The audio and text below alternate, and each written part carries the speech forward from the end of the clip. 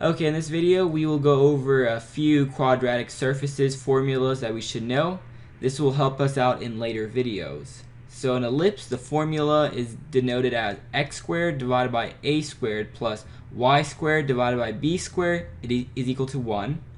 Hyperbola is close except the positive is now a negative, or we can write negative x squared divided by a squared plus y squared divided by b squared is equal to 1.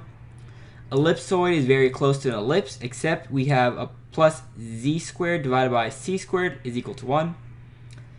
Hyperboloid of one sheet, we would have a negative z squared divided by c squared is equal to 1. And a hyperboloid of two sheets, we would have a negative x squared divided by a squared minus y squared divided by b squared plus z squared divided by c squared is equal to 1. Cones are denoted as x squared divided by a squared plus y squared divided by b squared is equal to z squared divided by c squared. Or we can move this and put it, together. So we would have a negative z squared divided by c squared, and by taking out a negative, we would have a 0. So like this.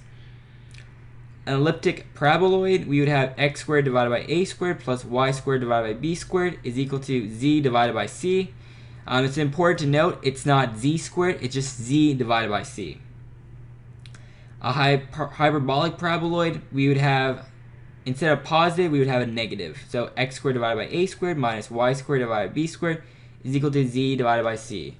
It's definitely important to write down these formulas. It will help out when we do the later videos. And that's about it.